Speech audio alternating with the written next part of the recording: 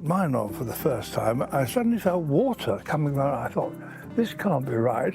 But by the time we got around about there, I think, I'm sure this is not right. And of course, if you've got this thing screwed on top of you, you can't breathe. David Attenborough vient de faire une confession bouleversante qui a profondément ému ses fans. Pendant des décennies, sa voix rassurante a guidé le monde entier à travers les histoires les plus extraordinaires de la nature. Mais aujourd'hui, à l'approche de son centenaire, la vérité sur sa santé, ses difficultés et ses aveux actuels laissent penser que la fin est peut-être plus proche qu'on ne le croit. Au cœur de tout cela se trouve une dernière requête, plus urgente et plus émouvante que quiconque ne l'aurait imaginé. Début et ascension vers la célébrité. David Attenborough est connu dans le monde entier comme la voix de la nature. Une présence sereine guide les téléspectateurs à travers les profondeurs des océans, la toundra gelée et la vie cachée de créatures dont la plupart ignoraient l'existence. Pourtant, derrière cette voix familière se cache un homme dont le parcours a été marqué par une vie d'épreuves restée dans l'ombre. Et aujourd'hui, à l'approche de son centenaire, les dernières nouvelles le concernant sont d'une intensité bouleversante. David est né le 8 mai 1926 à Isleworth, Londres. Deuxième d'une fratrie de 3 garçons, il grandit dans une famille profondément attachée à l'éducation. Son père, Frederick Attenborough, directeur de l'University College de Leicester, avait créé un foyer où les livres, les idées et une curiosité insatiable pour le monde foisonnaient. David fut ainsi imprégné, dès son plus jeune âge, de valeurs telles que la compassion. En effet, durant la Seconde Guerre mondiale, la famille Attenborough a accueilli des enfants réfugiés ayant fui les violences qui ravageaient l'Europe. Ces premières expériences ont forgé la vision du monde de David, son sens des responsabilités, sa compréhension des difficultés à l'échelle mondiale et sa conviction que la vie dépasse largement le confort personnel. Elles l'ont incité à s'orienter vers des études universitaires en lien avec sa passion pour l'environnement. Il entreprit donc des études en sciences naturelles, se spécialisant en géologie et en zoologie au Clare College de Cambridge, où il obtint son diplôme en 1947. Cette formation lui inculqua une rigueur scientifique qui allait plus tard définir sa manière de raconter des histoires. Attenborough n'a jamais envisagé la nature comme quelque chose de mystique ou de lointain. Il percevait le monde comme un univers régi par une structure, une logique et des systèmes profondément interconnectés. Sa formation scientifique allait devenir la base de tous les documentaires qu'il a narrés. Avant de se lancer dans l'audiovisuel, Attenborough a brièvement travaillé dans une maison d'édition spécialisée dans l'éducation. En 1952, il intègre la BBC, un choix qui marque le début d'une des carrières les plus marquantes de l'histoire de la télévision. À l'époque, il n'envisageait pas de devenir présentateur. Il prévoyait de travailler en coulisses, à la production et à la conception des programmes, plutôt que d'y apparaître. Mais la BBC a rapidement reconnu son immense savoir, son calme, sa clarté et l'intelligence dont il faisait preuve dans chaque reportage. Son premier grand succès est survenu en 1954 avec ZooQuest, une émission qui mêlait voyages, histoires naturelles et un esprit d'exploration totalement inédit à la télévision. La présence sereine d'Attenborough, associée à l'approche novatrice de l'émission, a captivé les téléspectateurs. Pour la première fois, le public ne se contentait plus de lire des descriptions d'animaux exotiques, mais les observait dans leur milieu naturel, guidé par un homme qui expliquait la science avec une aisance naturelle. ZooQuest a transformé la carrière d'Attenborough et a marqué le début d'une nouvelle ère pour les documentaires animaliers à la télévision. Mais l'influence d'Attenborough s'est étendue bien au-delà de la simple présentation. En 1965, il devint directeur de BBC 2, un poste qui le plaça au cœur d'une des périodes les plus créatives de l'histoire de la chaîne. Il commanda des programmes audacieux et novateurs qui révolutionnèrent de la télévision britannique, notamment Monty Python's Flying Circus, la série artistique Arena et de nombreux documentaires scientifiques et culturels. Son leadership, axé sur l'expérimentation, élargit considérablement le rayonnement de la BBC et son influence perdura bien après son départ. Malgré son succès en tant que dirigeant, Attenborough décida de revenir à la présentation, sa véritable vocation. En 1979, il lança La vie sur Terre, une série documentaire animalière marquante, visionnée par plus de 500 millions de téléspectateurs à travers le monde. Ce projet établit une nouvelle norme pour les films animaliers, Alliance Science, narration et exploration du globe à une échelle inédite pour la télévision. Cette série a bouleversé non seulement la vie d'Attenborough, mais aussi l'ensemble du paysage audiovisuel animalier. D'autres titres ont suivi, repoussant sans cesse les limites du documentaire animalier. Attenborough ne se contentait pas de documenter la nature. Il la révélait petit à petit avec un niveau de détail et de respect qui a marqué des générations de téléspectateurs. Au fil des décennies, son travail lui a valu de nombreux BAFTA, Emmy Awards et en 1985, un titre de chevalier prestigieux. Sa voix, d'une clarté et d'une sincérité exceptionnelle, est devenue immédiatement reconnaissable. Mais derrière le succès, les récompenses, la reconnaissance et le calme familier se cachaient des épreuves qui ont forgé l'homme que les téléspectateurs ont appris à aimer. Des épreuves qu'il a surmontées discrètement, loin des projecteurs, et qui se sont accumulées au fil d'une vie passée à documenter la beauté et la destruction du monde. Les difficultés derrière la célébrité.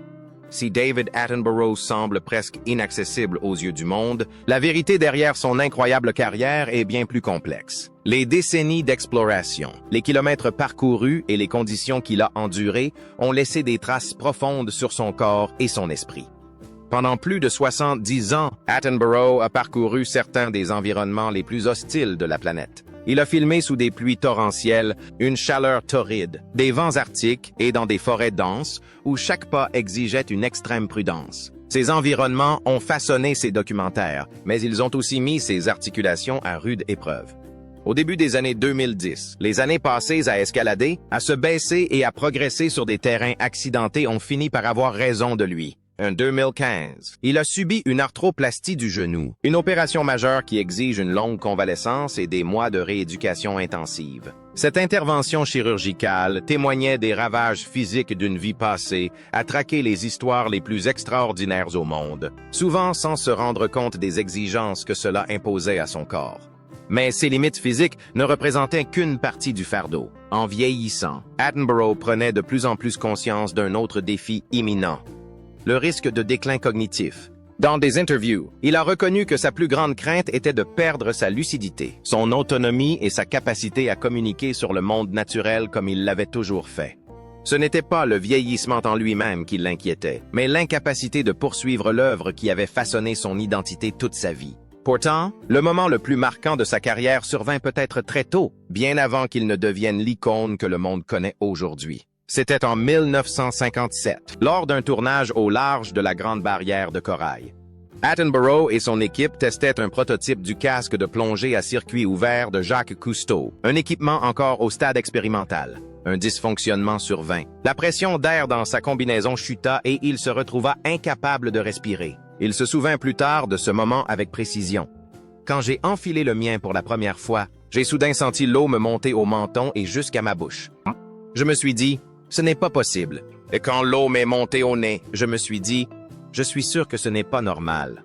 Mais évidemment, si on vous visse ce truc sur la tête, vous ne pouvez plus respirer. » Il n'arrivait même pas à se faire entendre. Le dysfonctionnement aurait pu lui être fatal, et il n'avait que quelques secondes pour réagir. Il a réussi à remonter à la surface à temps. Mais cet événement l'a marqué à jamais. Ce fut l'un de ces rares moments où les dangers du cinéma sont devenus cruellement concrets. Un rappel que documenter le monde naturel exigeait plus que de la simple curiosité. Cela impliquait de prendre de véritables risques. Attenborough est revenu sur cet incident en 2025 lors d'une conversation avec le prince William à l'occasion de la promotion d'un important documentaire sur les océans. Même près de 7 décennies plus tard, le souvenir restait lourd de ce qui aurait pu se produire. Ce fut un rappel que derrière la narration calme et le débit mesuré se cachaient des expériences qu'il avait façonnées d'une manière que les spectateurs comprenaient rarement. Ces épreuves ne l'ont jamais dissuadé de son travail, mais elles ont contribué à forger l'homme derrière la légende. Les voyages incessants impliquaient de longues périodes loin de chez lui, les environnements extrêmes ont laissé des traces sur son corps, et la peur de perdre la raison pesait sur lui bien plus que le public ne l'a jamais perçu. Et si le monde perçoit un homme défini par ses réussites, un autre chapitre l'a tout autant marqué. Celui de la perte personnelle, du deuil et du poids émotionnel d'une vie passée presque entièrement en mouvement. La perte tragique de son épouse.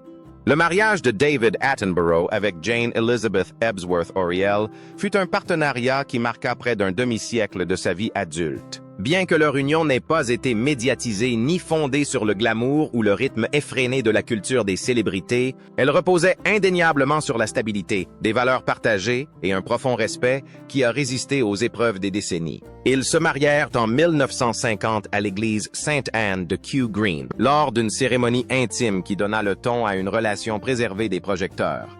Jane était originaire de Merthyr Tydfil, au pays de Galles, et contrairement à beaucoup de conjoints de personnalités publiques, elle avait choisi une vie loin des caméras et de l'attention médiatique. Son univers était plus paisible, centré sur sa maison, ses enfants et le soutien indéfectible qu'elle apportait à son père. La carrière d'Attenborough l'obligeait à s'absenter longuement, mais leur relation a surmonté la distance avec une force que peu de couples peuvent égaler.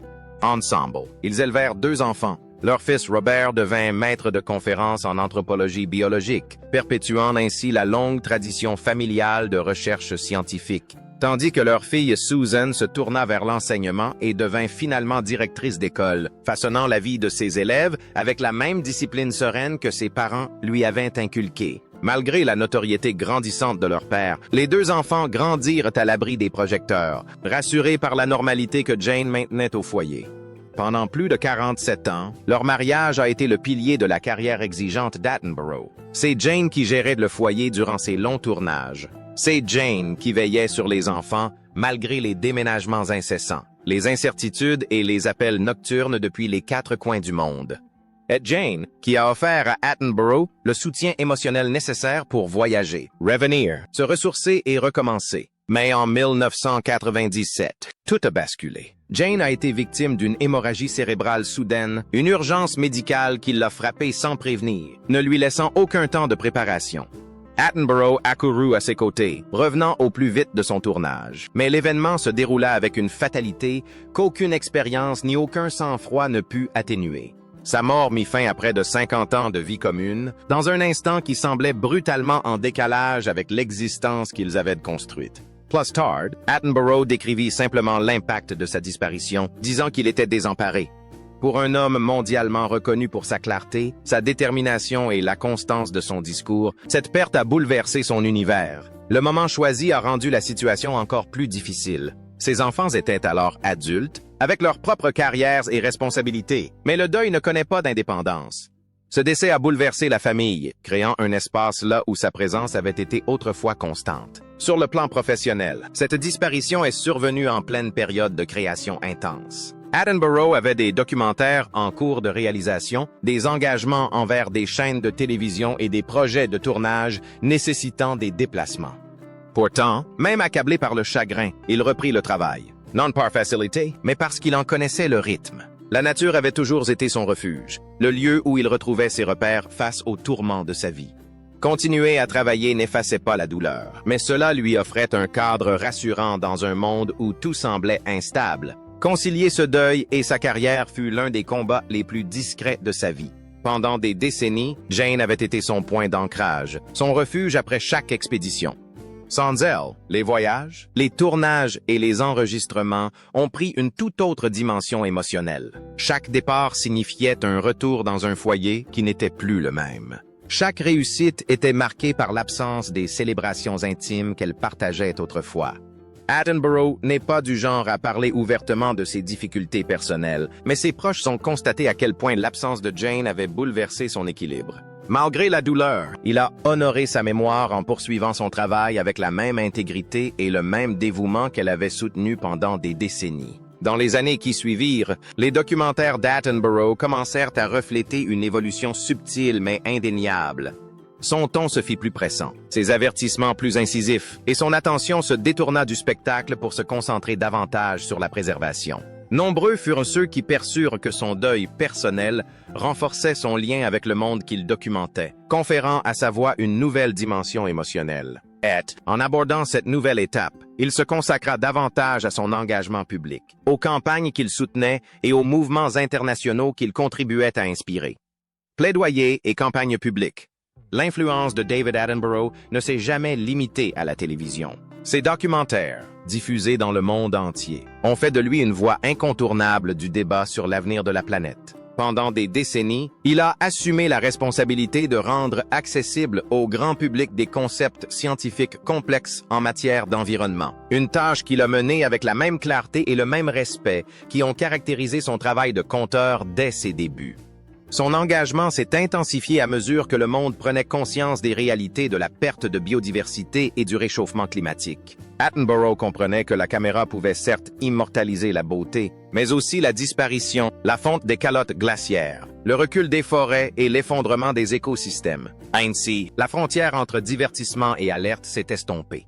Il a commencé à utiliser l'histoire naturelle comme outil de sensibilisation à l'environnement à l'échelle mondiale. En 2021, il a été nommé défenseur du peuple auprès de la Conférence des Nations Unies sur les changements climatiques, un rôle destiné à encourager la coopération internationale et la participation citoyenne. Cette nomination reconnaissait non seulement son autorité, mais aussi la confiance qu'il avait su gagner tout au long de sa vie.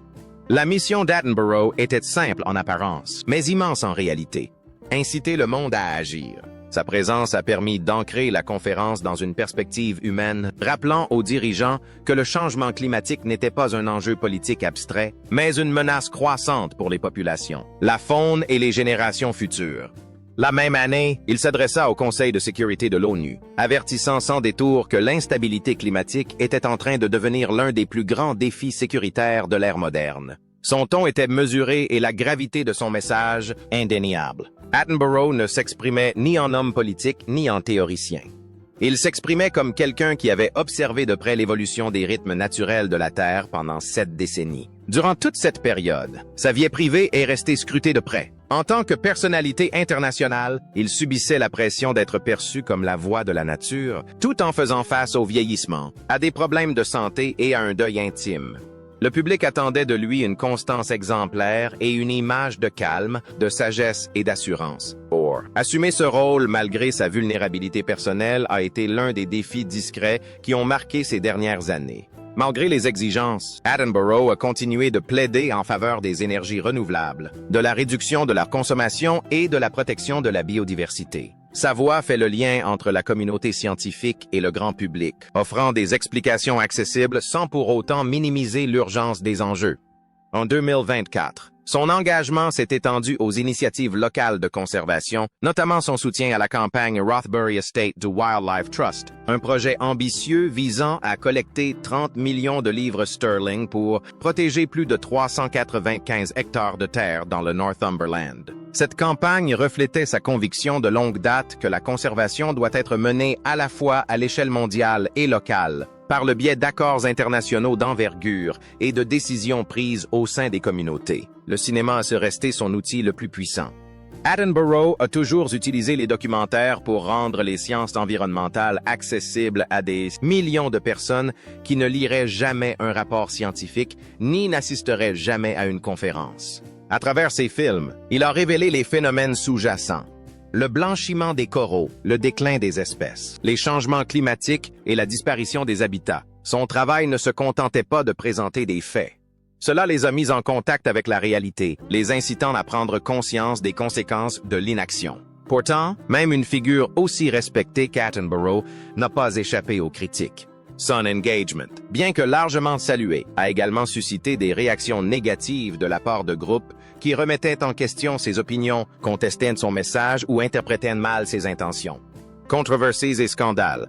À mesure que l'influence de David Attenborough grandissait, son travail était scruté de près. Nombre des controverses auxquelles il a été confronté n'étaient pas des scandales au sens traditionnel du terme, mais plutôt des débats sur la responsabilité, l'exactitude des faits et le juste équilibre entre récit et science. Pour une personnalité dont l'héritage repose sur la confiance, même les désaccords mineurs prenaient une ampleur considérable, surtout à une époque où les questions environnementales sont politiquement sensibles.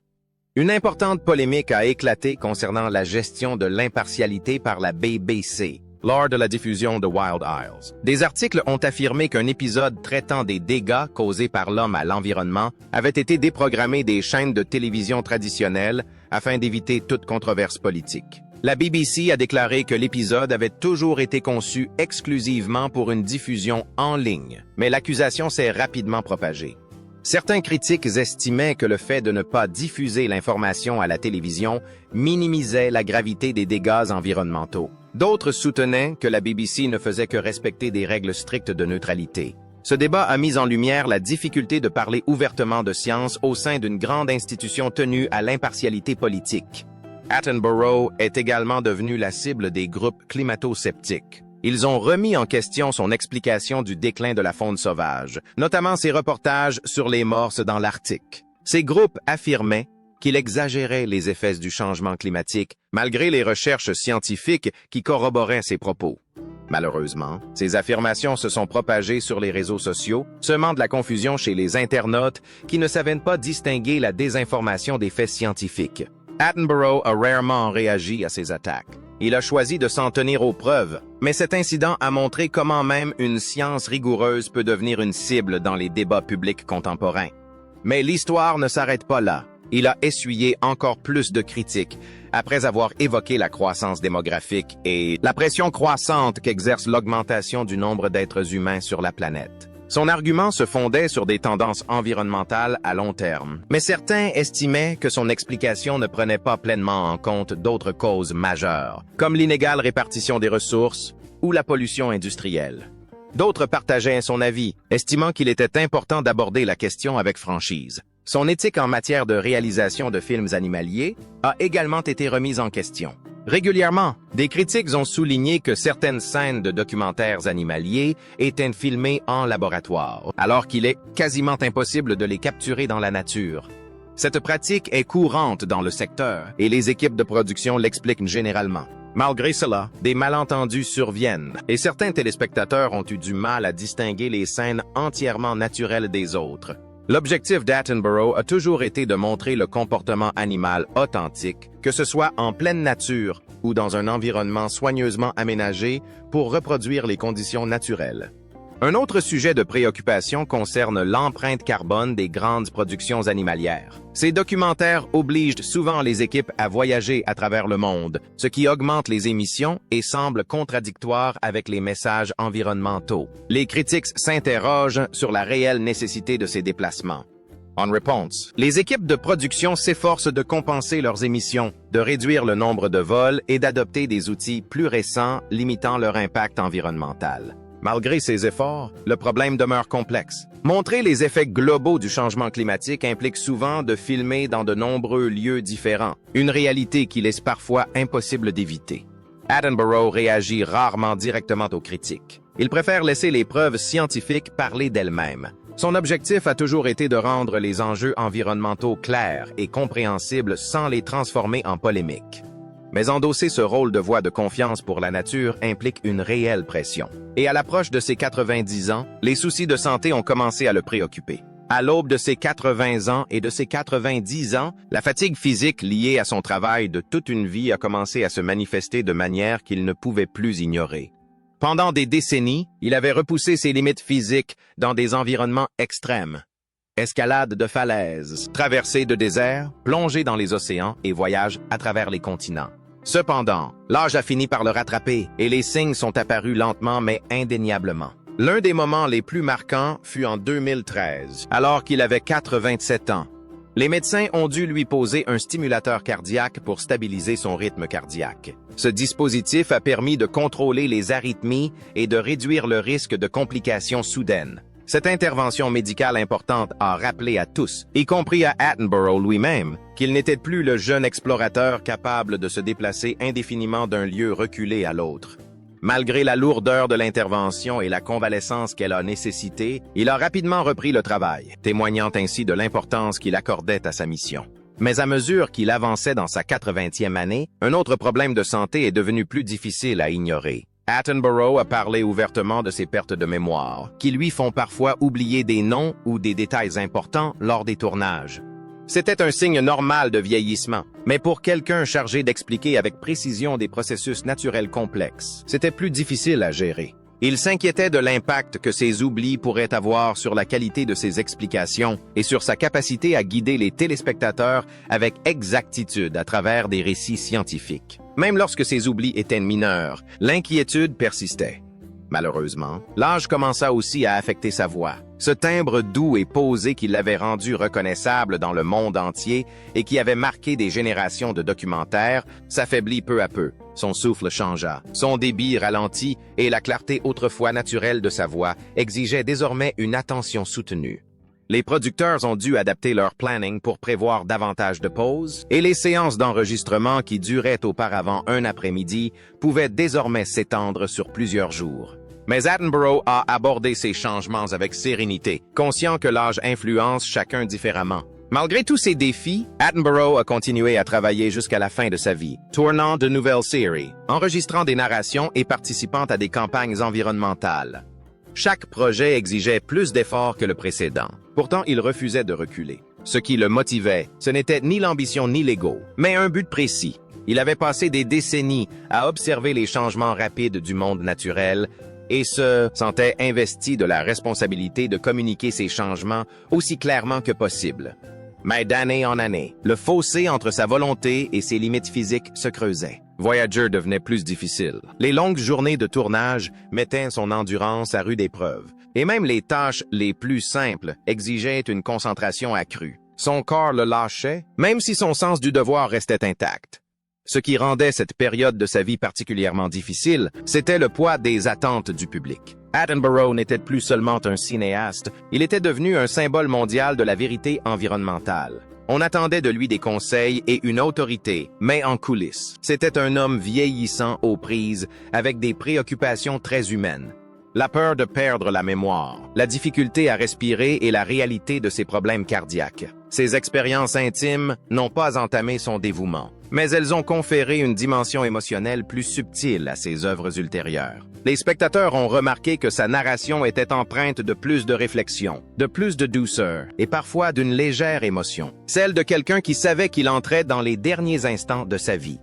Tout au long de sa vie, et même après ses 90 ans, il a commencé à parler plus ouvertement d'un sujet qu'il avait rarement abordé durant sa longue carrière, et sa propre mortalité et les réflexions poignantes qui accompagnent la conscience de la finitude de son temps. À 98 ou 99 ans, David Attenborough s'est exprimé plus ouvertement que jamais sur le vieillissement. Après une vie passée à voyager, à filmer et à mener de front un rythme de travail effréné, il a finalement reconnu qu'il entrait dans la dernière phase de sa vie. Lors de la promotion d'Ocean en 2025, il a admis savoir que la fin approchait. Cette confession l'a surpris, d'autant plus qu'il parlait rarement de lui de cette manière. Pendant des décennies, il avait privilégié la nature à sa vie privée. Mais après de 100 ans, il a finalement accepté de partager un peu plus son vécu du vieillissement. La solitude a été l'un des aspects les plus difficiles. Après le décès de sa femme en 1997, Attenborough a continué à travailler sans relâche. Mais avec l'âge, les moments de calme chez lui sont devenus plus précieux. Ses enfants mènent une vie indépendante et, bien qu'ils restent proches de lui, ils ont leur propre famille et responsabilités. Les longs intervalles entre ses visites le font parfois se sentir isolé, surtout après de longs tournages. Malgré tout, il n'a jamais invoqué son âge pour se retirer. Il a continué à filmer jusqu'à un âge avancé, bien après ses 90 ans, et est resté engagé dans des campagnes environnementales, toujours à la pointe du progrès. Lorsqu'il évoquait l'avenir, il se concentrait sur les jeunes générations, celles qui hériteraient de la planète qu'il avait consacré sa vie à documenter. Attenborough aborde désormais les questions des océans, de la faune sauvage et de la réduction des habitats avec une urgence nouvelle. Il avait été témoin des dégâts pendant plus de 7 décennies et savait que la suite des opérations incombait à ceux qui lui survivraient. Le message était clair. Protéger la planète était plus important que jamais. Dans une interview, il a déclaré « Quand j'ai vu la mer pour la première fois, enfante, on l'apercevait comme une immense étendue sauvage à dompter et à maîtriser pour le bien de l'humanité. Aujourd'hui, à l'approche de la fin de ma vie, nous savons que c'est tout le contraire. Sauver la mer, c'est sauver notre planète. » Après avoir passé sa vie à filmer notre planète, je suis certain que rien n'est plus important. Au lieu de longs discours ou d'adieux émouvants, il a privilégié une approche pragmatique. Il souhaitait que chacun comprenne ce qui arrive à notre planète, pourquoi c'est si grave et ce qui peut encore être sauvé.